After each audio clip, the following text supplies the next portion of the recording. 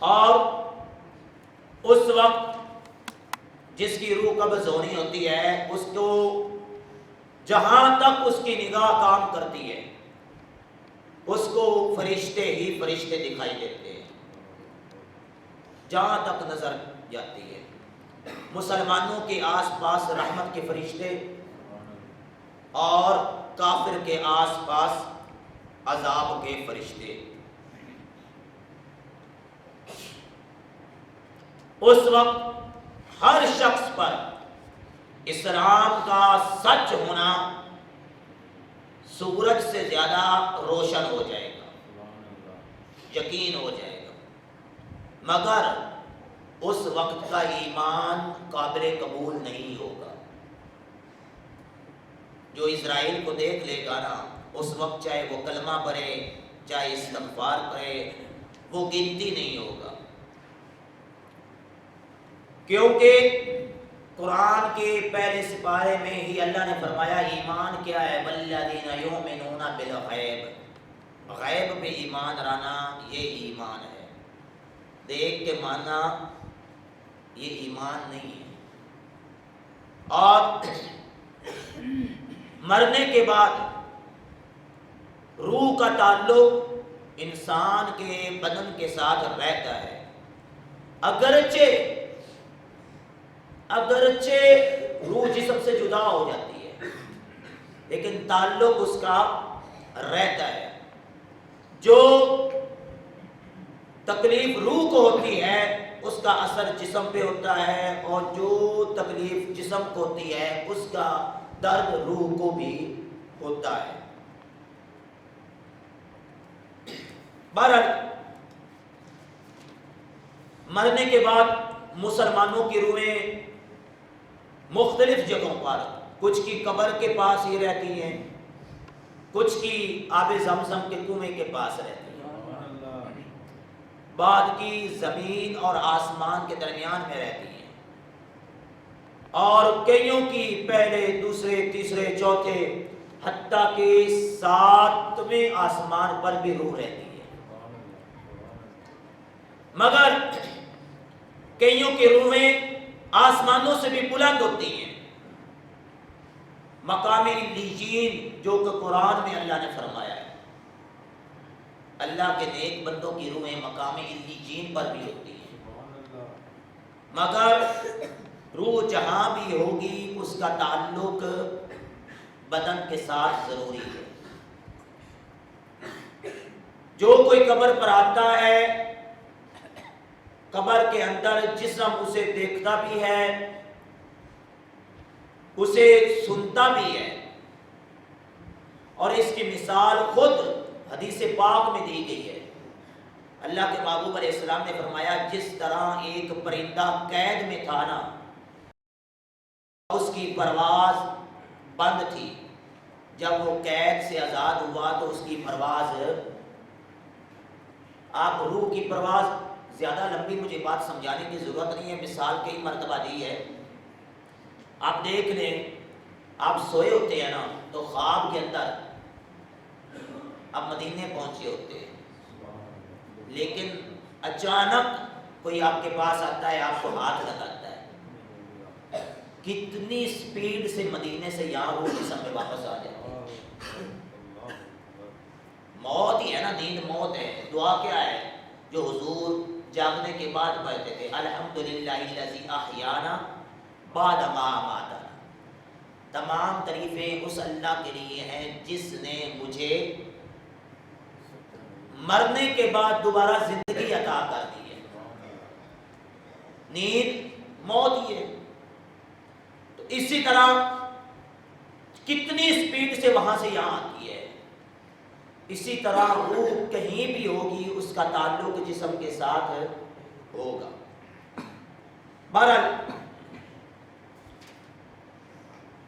حدیث پاک میں ہے اذا مات المؤمن یخلی سربہ یسرح حیث شاء، سربہ یسرح حیث شاء، جب مسلمان مرتا ہے تو اس کی راہ کھول دی جاتی ہے، اس کے راستے، یعنی پہلے اس کے راستے بند ہوتے ہیں، جہاں چاہتا ہے چلا جاتا ہے۔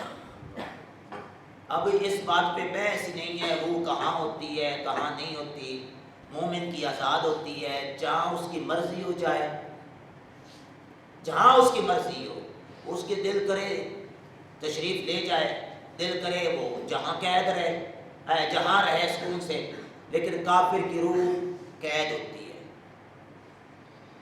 کئیوں کی روحیں ان کی مرغت یعنی جہاں پہ ان کو جلایا جاتا ہے، دفنایا جاتا ہے، وہاں پہ کئیوں کی روحیں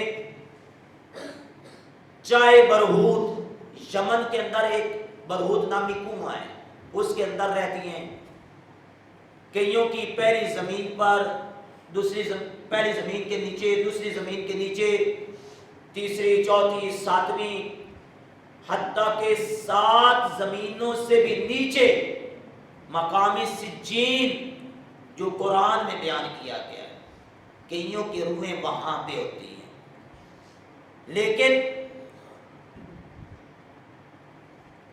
ان کی قبر پر بھی جو آتا ہے وہ اس کو جانتے بھی ہیں، سنتے بھی ہیں، پہچانتے بھی ہیں، کیونکہ اس روح کا تعلق بھی ان کے بدن کے ساتھ رہتا ہے، لیکن صرف فرق اتنا ہے کہ وہ قید ہوتی ہے، کچھ آ جا نہیں سکتی کہیں۔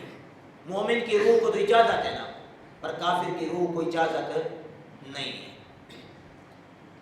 کئی لوگوں کا یہ خیال ہے، خصوصاً یہ ہمارا پیران عظام کا جو طبقہ ہے، پیران عظام تو نہیں کہنا چاہیے، عاملین حضرات کا، جو کہتے ہیں کہ یہ روح کسی کے بدن میں آ جاتی ہے، یہ جھوٹ ہے۔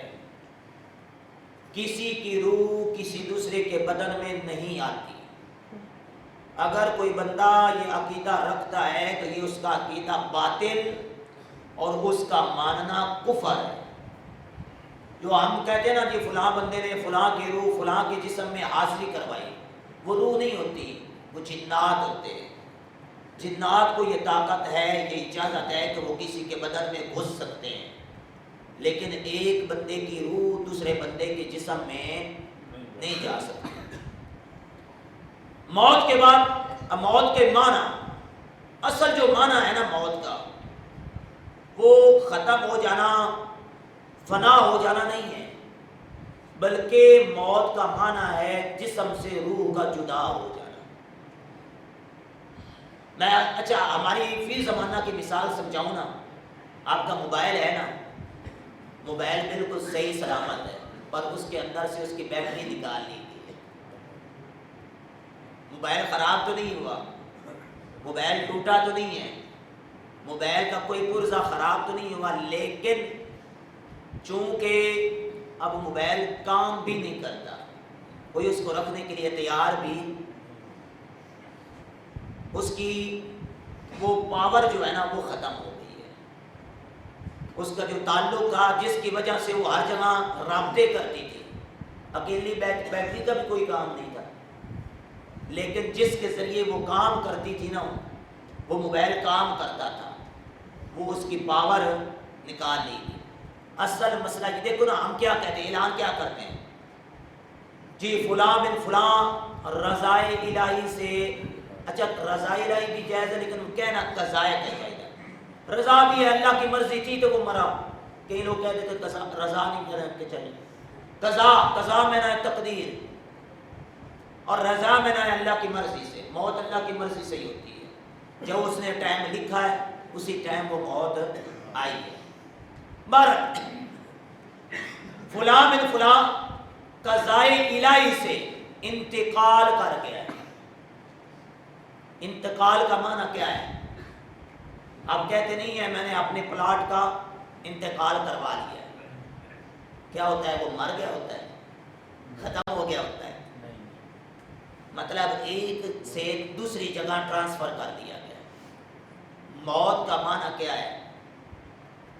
فنا ہو جانا نہیں ہے، ختم ہو جانا نہیں ہے، مطلب ایک جگہ سے دوسری جگہ منتقل ہو گیا، اس دنیا سے اس جہاں میں، اس جہاں سے اس جہاں میں منتقل ہو گیا۔ بہرحال مردہ کلام بھی کرتا ہے، حدیث پاک میں ہے اس کے کلام کو انسانوں اور جنوں کے علاوہ اللہ کی ہر مخلوق سنتی ہے۔ جب مردہ مرا ہوتا ہے نا گھر کے اندر، وہ باتیں بھی کرتا ہے، بس نہ آپ سن سکتے ہیں نہ میں سن سکتا ہوں، نہ جنات سن سکتے ہیں۔ یہ جو پرندے یا جو چرندے ہوتے ہیں نا، وہ اس مردے کی اگر اچھا ہے تو اچھائی سن رہے ہوتے ہیں، اور اگر برا ہے تو آہو بقا چیخو پکار سن رہے ہوتے ہیں۔ بہرحال جب مردے کو قبر میں دفن کرتے ہیں تو اس وقت اس کو قبر دباتی ہے۔ اب دباتی کس طرح ہے؟ اگر وہ مسلمان ہے تو اس کو دبانا ایسے ہوتا ہے جیسے بچے کو ماں سینے سے لگا لیتی ہے۔ جب ماں بچے کو سینے سے لگا کے دباتی ہے نا تو بچے کو درد نہیں ہوتا، بچے کی تھکاوٹ ختم ہو جاتی ہے۔ جب بندہ قبر میں نیک جاتا ہے نا تو قبر اسے دباتی ہے، لیکن اس کے دبانے سے وہ دنیا میں جتنی تھکاوٹ میں گزرا ہوتا ہے نا وہ ساری تھکاوٹ اس کی ختم ہو جاتی ہے، اس کا وہ درد، اس کی تکلیف وہ دور ہو جاتی ہے۔ اور کافر کو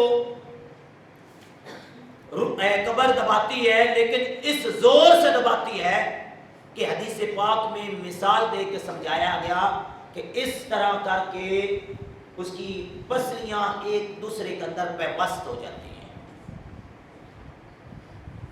ان پسلیوں کو ایک دوسرے کے اندر پیوست کر دیا جاتا ہے، ٹوٹ پھوٹ جاتے ہیں۔ اللہ محفوظ رکھے۔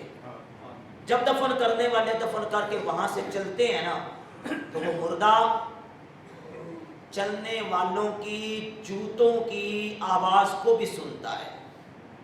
یہ بھائی جان میں نہیں کہہ رہا، یہ ترمذی شریف کے اندر ہے، سیاستہ کی کتاب۔ اب مجھے یہ بتائیں کہ مجھے نہیں پتا یہ میری دیوار کے پیچھے کون چل رہا ہے یا جوتوں کی آواز نہیں آ رہی، لیکن مردے کی طاقت دیکھیں جس کو ہم مردہ کہہ دیتے ہیں۔ حدیث پاک میں ہے وہ ان کے جوتوں کی آواز کو سنتا ہے۔ اس وقت اس کے پاس دو فرشتے اپنے دانتوں سے زمین کو چیرتے ہوئے، قبر کی دیواروں کو چیرتے ہوئے نہایت ہی ڈراؤنی اور ہیبت ناک شکل میں، بدن سیاہ رنگ کا، آنکھیں سیاہ اور نیلی اور دیگ کے برابر آنکھ برساتی ہوئی،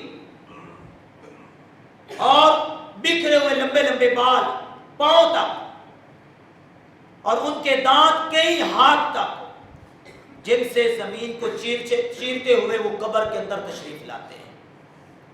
ان میں سے ایک کو منکر اور دوسرے کو نکیر کہتے ہیں۔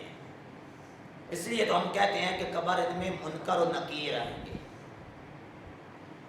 مردے کو جھنجھوڑتے ہوئے سختی کے ساتھ اٹھ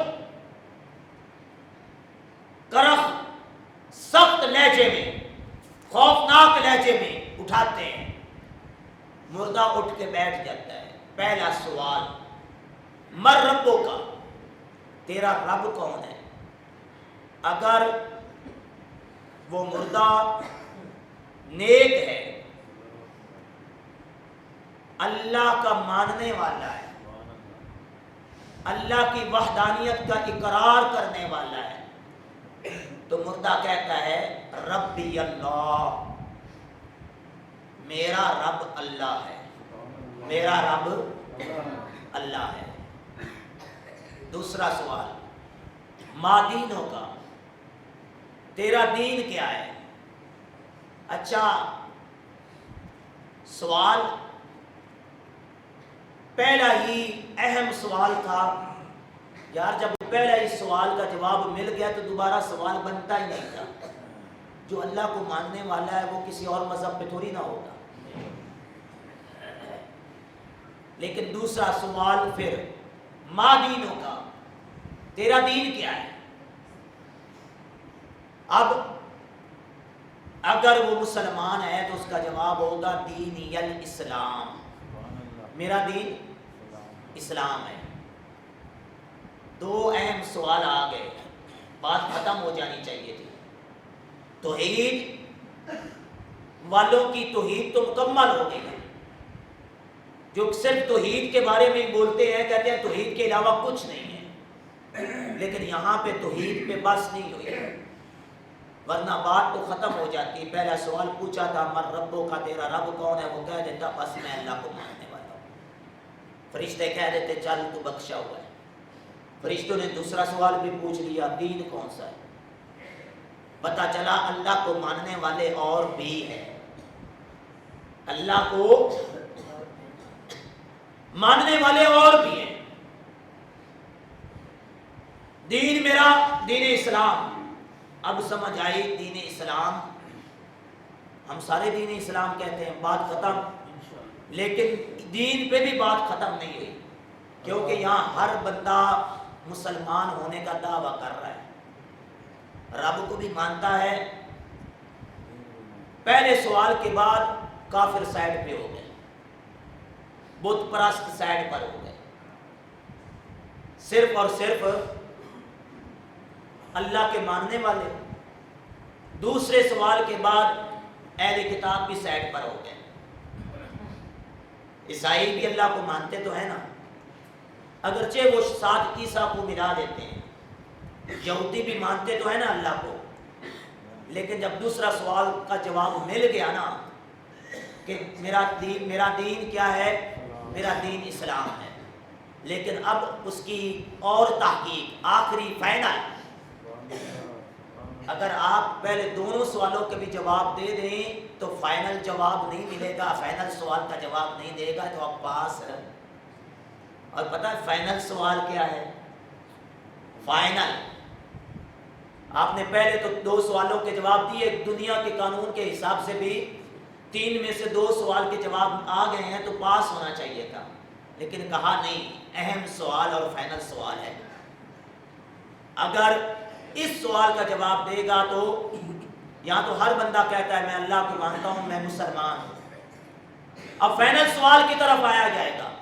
تیسرا سوال، مصطفیٰ جان رحمت صلی اللہ تعالی علیہ وسلم کا نورانی چہرہ دکھایا جائے گا۔ مکھ چند بدر شاہ شانی، مت چمک دی لاڈ نورانی، کالی زلف تا اکھ مستانی، مخمور اکھی ہند مد بریاں۔ اس صورت نو میں جان آکھ، فرشتے پوچھیں گے نا، فرشتے مصطفیٰ جان رحمت کا چہرہ دکھائیں گے، قبر کے اندر حضور کے چہرہ انور کا دیدار کرایا جائے گا۔ ایک بزرگ فرمایا کرتے تھے کہ جب سے سنا ہے نا تو قبر میں سرکار نے آنا ہے۔ ہم تو موت کا انتظار کر رہے ہیں، پتہ نہیں موت بھی کہاں مر گئی ہے، موت بھی کہاں مر گئی ہے، ہم نے تو حضور کا دیدار کرنا ہے۔ ہمارے تو مرنے کی جو خواہش ہے نا وہ بھی مصطفیٰ کے لیے ہے۔ اب اس میں علماء مختلف فرماتے ہیں، کئی کہتے ہیں کہ حضور قبر میں تشریف لائیں گے، لیکن صحیح جن کی ہے وہ صحیح ہے، کہتے ہیں اللہ چاہے تو لا سکتا ہے، اللہ کی قدرت ہے، اللہ جو چاہے کر سکتا ہے، لیکن وہ کہتے ہیں کہ جی حضور کی قبر انور سے لے کر اس شخص کی قبر کے درمیان تک جتنے پردے ہیں نا، اللہ ان پردوں کو ہٹا دے گا۔ اٹھا دو پردہ دکھا دو چہرہ، کہ نور باری کب سے حجاب میں ہے، وہ پردہ اٹھایا جائے گا، حضور کا چہرہ دکھایا جائے گا۔ اگر ہوگا نا حضور سے پیار کرنے والا، اگر ہوگا حضور سے محبت کرنے والا، حضور سے عشق رکھنے والا، حضور کی محبت کا دم بھرنے والا، زندگی بھر غلامی رسول کے نعرے لگانے والا، جب حضور کا چہرہ دکھایا جائے گا تو وہ کیا کہے گا؟